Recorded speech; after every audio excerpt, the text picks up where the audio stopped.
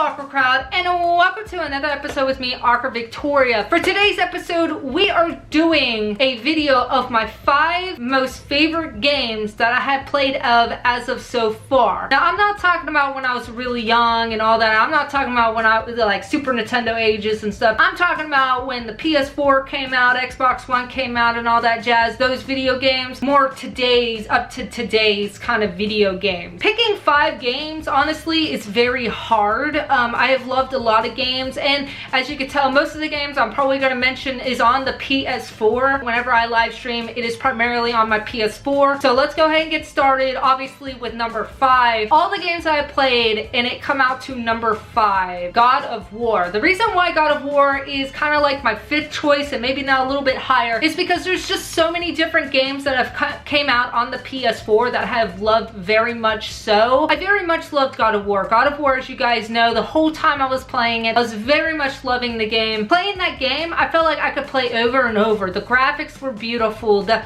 storyline to me was very good. I loved his axe, how you can throw it and it comes right back to you. The humor in Kratos was so fantastic. I loved how he was always calling Atreus boy. Overall, in general, I just felt like this was such a great game, and I felt like the controls to it also on a controller. As everybody knows, if anything has clunky controls, it is very hard to enjoy the game. But to me, it had very smooth controls. To me, again, this is my opinion, to me it had very nice controls to it. Overall, the gameplay and everything like that. That is why that one is coming off for number 5. For number 4, I have picked SpiderMan. SpiderMan was, oh my god, it was such an amazing game. In general, that game, everything of that game was great. Not higher on my list because also, again, as I feel like there was other games that were a little bit better than, but again, it's my opinion. Spider-Man has always been a very much of a favorite of mine when it comes to the Marvel series. He always has that funny kid-like humor to him. He's always making kind of like quirky jokes even though he's in a very, very stressed situation. Years of this insolence.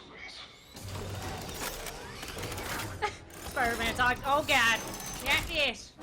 Oh, for me? You shouldn't have. And I felt like they portrayed him very well when it came to the gameplay. I'm pretty sure when I did that whole entire game, I don't think I ran into one thing that I found was kind of glitchy, which is pretty impressive for such a kind of like an open world with a lot of things going on. The fact that there wasn't so much glitchness to it, I felt like they put a lot of heart and soul into that game, and that's why that one is a little bit higher on my list. Sadly, not number 1, but it was definitely a fantastic one at that. Okay, next on my list, number 3 is actually going to be Doom. I don't care what anybody says, to me has been the best shooter when it came out, and I'm pretty sure it was in 2016 this game came out. When I played this game, I was surprised. Let's just say that. Most Doom games that I've played since I was really young, I've always loved the Doom series. Done some games where it wasn't as good as it could have been, but I felt like they really outdid themselves on the Doom on the PS4 and Xbox One and PC, obviously. Every turn in that game, there was always something coming at you, and that's what made it to me really awesome. Though you would think that's exhausting, and though you would think that that's like kind of not tedious, but kind of repetitive, Doom did a great job at like making it interesting. The boss levels,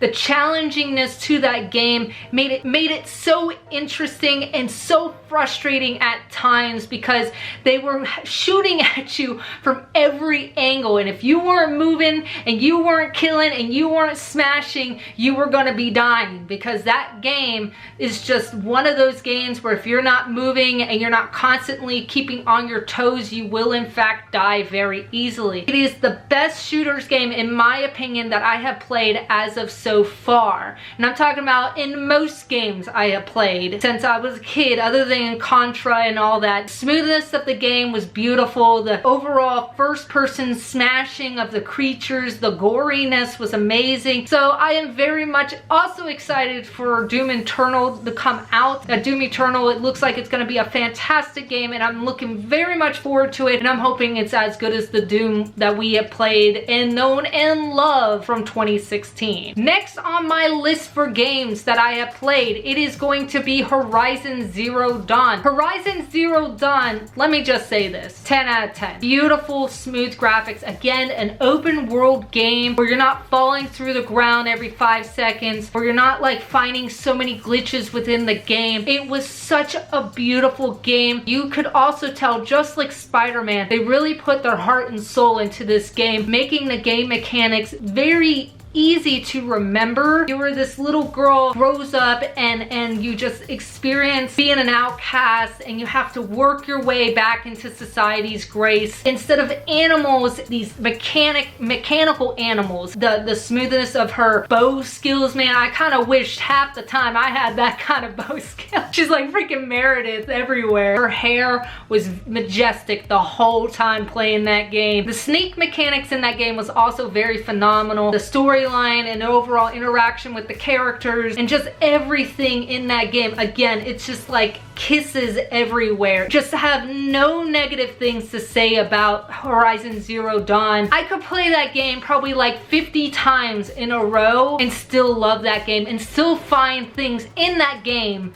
to do. My number one game. Now everybody's not gonna be surprised on this, because come on, I've live streamed this game twice and every one of you guys know which game I'm about to say, but I'm still gonna say it anyways. My favorite game of all time is of course Red Dead Redemption 2. Rockstar really outdid themselves on this one. Arthur Morgan is the person of which is the main protagonist character that you play. Spoiler alert, I might say some spoilers here and there, so if you have not seen the ending of the game, or if you have not known some of the things or the events that have gone in this game, please do not continue, because I might end up saying something that you might regret hearing later. So just a disclosure right there. Arthur Morgan is the rootin' tootin' outlaw cowboy that you play as in Red Dead Redemption 2. He is just a character that you just fall in love with. Quirky personality. I feel like every step of that story, Rockstar really did a great job making you feel like you're connected with the main character, Arthur Morgan. You could tell they really did a great job, and honestly, all the voice actors in that game, especially like Micah, he did a great job voice acting him, because immediately when I heard his voice, I immediately hated Micah. Everybody does, I hate Micah. When I heard Dutch's voice, you could kind of tell he was gonna be the guy that rolls right into the story of, he was kind of like the good guy and then turns into this jerk later on in the future. Like Hosea, Lenny, all these characters, every voice actor did such a great job in this game. The open worldness to the game and overall story play was just phenomenal. And yes, and this is the spoiler, when Arthur Morgan does die at the end of Red Dead Redemption 2, your heart breaks. It's like he was the father, or the father or friend or brother, heck, even a sister, I don't know, that you could just grow to love, and that you just want to give him a big bear hug. That is how I feel about Arthur Morgan. When he passed away in Red Dead Redemption 2, I was very much upset. I was almost like in denial in a way. I was like, no, he's gonna get up,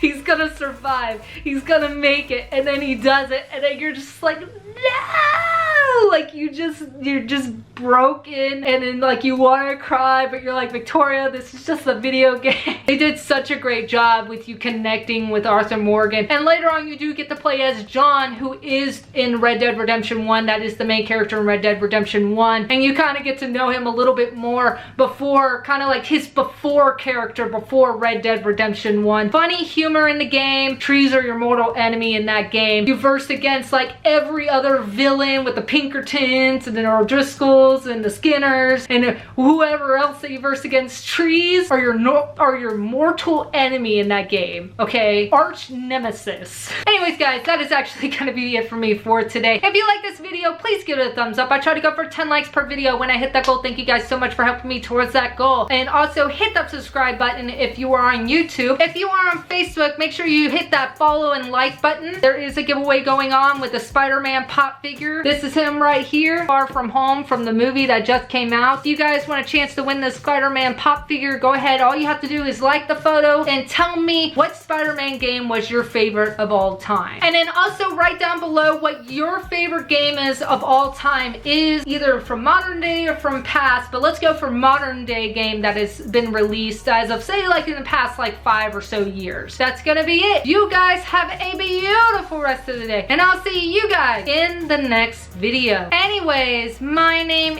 is Awkward Victoria, and I will see you guys later. Bye!